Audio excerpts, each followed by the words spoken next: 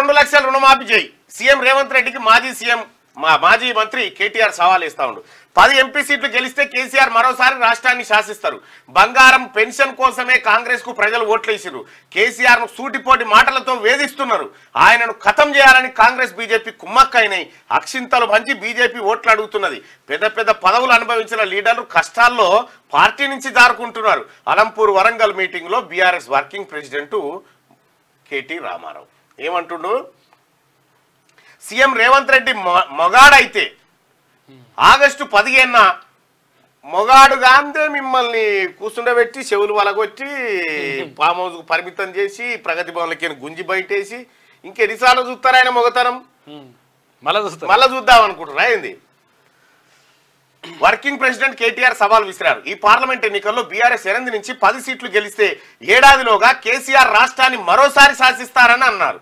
కేసీఆర్ ను ఖతం చేయాలని బీజేపీ కాంగ్రెస్ కుమ్మక్కయ్యాయని ఆరోపించారు మంగళవారం కేటీఆర్ గద్వాల జిల్లా అలంపూర్లో నిర్వహించిన బీఆర్ఎస్ కార్యకర్తల మీటింగ్ లో వరంగల్ బీఆర్ఎస్ ఎంపీ అభ్యర్థి మారపల్లి సుధీర్ కుమార్ తరఫున వరంగల్ తూర్పు వర్ధన్నపేట నియోజకవర్గాల పరిధిలో ఎన్నికల ప్రచారంలో పాల్గొని మాట్లాడారు సీఎం రేవంత్ మొగాడైతే రాష్ట్రంలో 40,000 కోట్ల రుణమాఫీ చేయాలి రూపాయలు 2,000 పెన్షన్ 4,000 చేయాలి ప్రతి ఆడబిడ్డకు 2,500 ఇవ్వాలని కేటీఆర్ సవాల్ విసిరారు అసెంబ్లీ ఎన్నికల్లో 14 సీట్లలో వెంట్రుక వాసిలో ఓటమి చెందామని అన్నారు పార్లమెంట్ ఎన్నికల్లో బీఆర్ఎస్ 8 నుంచి 10 ఎంపీ స్థానాలు గెలిస్తే తెలంగాణ రాష్ట్రంలో రాజకీయంగా పెనుమార్పులు వస్తాయని పార్లమెంట్ ఎన్నికల తర్వాత ఏమైనా జరగొచ్చని చెప్పారు అరచేతిలో వైకుంఠం చూపించిన కాంగ్రెస్ పార్టీ అధికారంలోకి వచ్చిందని 100 రోజుల్లోనే ప్రజలకు కాంగ్రెస్ పార్టీపై ఉన్న భ్రమలు తొలగిపోయాయని పేర్కొన్నారు సూటిపోటి మాటలతో కేసీఆర్ ను ఇక్కడ తన చెల్లె కవితను మోడీ జైల్లో పెట్టి అక్కడ వేధిస్తున్నారని ఆయన ఆవేదన వ్యక్తం చేస్తున్నారు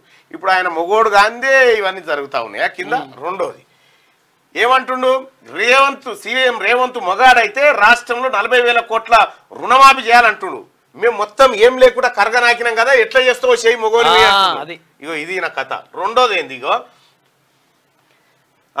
టీఆర్ఎస్ పార్టీ 8 నుంచి 10 సీట్లు గెలిస్తే ఏడాది లోపల కేసీఆర్ రాష్ట్రాన్ని మరోసారి సీఎం అవుతాడట ఏడాది లోపల ఇప్పుడు ఉన్నటువంటి కాంగ్రెస్ ప్రభుత్వాన్ని 5 ఏళ్ల కాల పరిమితి కోసం తెలంగాణ ప్రజలు ఎన్నుకున్నారు ఎట్లా సాధ్యమవుతుంది వీళ్ళ దగ్గర ఉన్నాయి 35 ఈకేలు ఇప్పుడు ఈ 35 ఈకేలలో పార్లమెంట్ ఎన్నికలు అయిపోయే వరకు ఎంతమంది ఉంటారో ఎంతమంది వీక్తారో ఎవరికి తెలియదు ఇప్పుడు ఈయన దానికి ఇటు కాంగ్రెస్లకైనా అధికార పార్టీలకైనా విపక్షంలో దుంకేటోడు ఉన్నాడు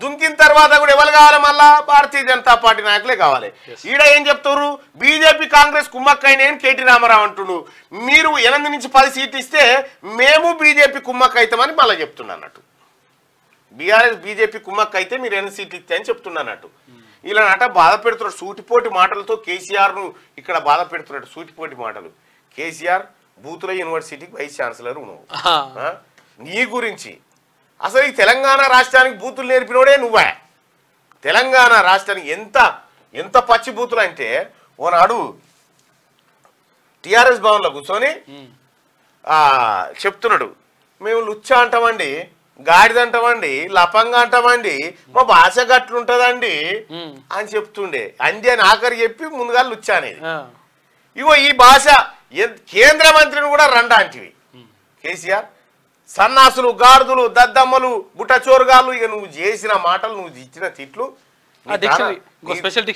ఒక నీ పెద్ద గ్రంథమే తయారవుతుంది నీది ఆ నుంచి రావు దాకా ఎన్ని తిట్లున్నాయో అన్ని కొత్తవి కనిపెట్టి తిట్టినావు తెలంగాణ జనాన్ని కొత్తవి కనిపెట్టి తిట్టినావు ఇక ఆయన వేధిస్తున్నట మీ నాయన అధికారంలో ఉన్నప్పుడు రైతులను వేధించే మహిళలను వేధించే నిరుద్యోగులను వేధించే ప్రభుత్వ ఉద్యోగులను వేధించే ఎవరిని వేధించకుంటూ ఊకున్నారు ఆయన పట్టించుకున్నారు ఎవరిని వేధించకుంటూ ఊకున్నారు ఓ శరబట్టినట్టు పడితిరి భూములను వేధిత్తిరి సంపదను వేధిత్తిరి మీరు చేయని అరాచకం లేదు నారాగిరి లేదు మీదికెళ్ళట సాయి సంసారి లచ్చి దొంగ అయినట్టుగా మా నాయనను వేధిస్తుర్రు అంటుండు ఇక్కడ సూటిపోటి మాటలతో వేధిస్తురట ఈయనని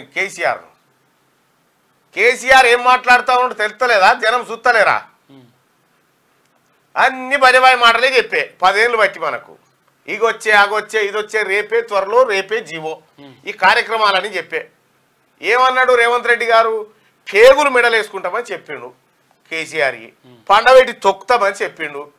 తప్పు చేసినోని చేసేది గదే కథ. ఫోన్ ట్యాపింగ్ కేసులో నీకు తెలియదా కేసీఆర్? ఫోన్ ట్యాపింగ్ నాకేం సంబంధం అండి అంటాడు. వట్టిగా తప్పించుకుంటుండే ఇట్లా. నాకేం సంబంధం అండి? ఇక ఎక్కడన్నా మంచిగా పోలీసింగ్ వ్యవస్థ ఇది నాకే సంబంధం అండి అంటాడు. ఇది నాదే, నా వల్లనే జరిగింది, ఫ్రెండ్లీ పోలీస్ నేనే తీసుకొచ్చినా అని చెప్తాడు. కాళేశ్వరం నేనే కట్టినా అంటాడు. అప్పుడు ఏమన్నాడు? నా రక్తం బొట్టు బొట్టు బొట్టు ఖర్చు పెట్టి కాళేశ్వరం కడితే కాళేశ్వరం మీకు పనికి రాలేదా అని అప్పుడు అన్నాడు. ఇప్పుడేమంటాడు? ఆ ఇంజనీర్లు పాడుగానే ఏం కట్టినో ఏం చేసినో నాకు తెలియదు అంటాడు. మళ్ళీ చూడిగా అయిపోయా. మంచి అయితేనేమో తన ఖాతారా, చెడిపోతేనేమో మంది మీద నువ్వు కిడ్స్ పెడతాడు. అక్కడ ఏడిపోతే ఇంజనీర్లు, ఇక్కడ ఏడిపోతే పోలీసులు. ఈ పోలీసులు రేపు ఏమంటాడు? నేను ఓ నాయన మీరు 10 ఏళ్ళు బట్టి ఎన్నడో ఉన్నాడు అంటాడు. తిన్మార్మలని చెప్పింది నిజమే, నేను పని ఎందుకు చేసిన నాయన, నేను పని చేస్తే మంచిగుండేది, కానీ ఈ అరాచకాలు అన్నిటికీ ఆ వ్యవస్థలే కారణం, నేను అప్పుడు పామౌదులే ఉన్న ముఖ్యమంత్రి ఉండి కూడా అని చెప్తాడు. అంతే, నాకు సంబంధమే లేదు, కాకపోతే మళ్ళీ నా మాట నేను అని చెప్తాడు. ఈ మాట ఇదేందో మరి కొత్తగా ఆయనను ఖతం చేయాలని చూస్తున్నారు అంటుండు. ఆయనను ఖతం చేయాలని కాంగ్రెస్ బీజేపీ కేసీఆర్ ఖతం చేయాలని చూస్తున్నాయట. మరి ఇదేం కుట్రనో ఆ సిపాయి పానాలు పోయినా సరే తెగించి కొట్లాడతా అని వెళ్ళినోడే ఆ సిపాయి. ఇప్పుడు మళ్ళీ అదే మాట చెప్పొస్తుండు. కేసీఆర్ ఎన్ని ఖతం చేసుకొచ్చిండు ఆయన? వ్యవస్థల్ని ఖతం చేసిండు, మనుషుల్ని 42 మంది ఎమ్మెల్యేలను ఖతం చేసిండు విపక్ష పార్టీల నుంచి. ఆఖరి కమ్యూనిస్టు పార్టీలకి కూడా ఎమ్మెల్యేని ఎత్తుకొని పాయ. అది కేసీఆర్ ఖతం చేయాలని. కేసీఆర్ ఖతం చేస్తాడు ఎవడన్నా? కేసీఆర్ చూడాలి, ఇంకా చూడాలి. కేసీఆర్ చేసిన అరాచకాలు ఒకటొకటి బయటకు వస్తే చూడాలి ఆయన ఉండాలి. మీరు కేసీఆర్ అందితే జుట్టు లేకపోతే కాళ్ళు. ఏమైనా నువ్వు అప్పుడు కాంగ్రెస్ పార్టీలో టీఆర్ఎస్ పార్టీ విలీనం చేసి నేను చేస్తానో వాళ్ళు ఒప్పుకోలేదు అని చెప్తున్నాడు. బట్టి నేను తయారై ఉంటే అప్పుడు 2014 వాళ్ళే ఒప్పుకోలే, అదేదో అరాగిరి చేసిరు అని చెప్తాను. ఖుద్దు ప్రధానమంత్రి నరేంద్ర మోడీకి వచ్చి చెప్పే క్లియర్గా, నా కొడుకుని ముఖ్యమంత్రిని చేద్దాం అనుకుంటున్నా, నీ ఆశీర్వాదం కావాలని వచ్చినా నన్ను ఎన్డీఏలో చేర్చుకోవాలని వచ్చిండు కేసీఆర్ అని చెప్పే క్లియర్గా.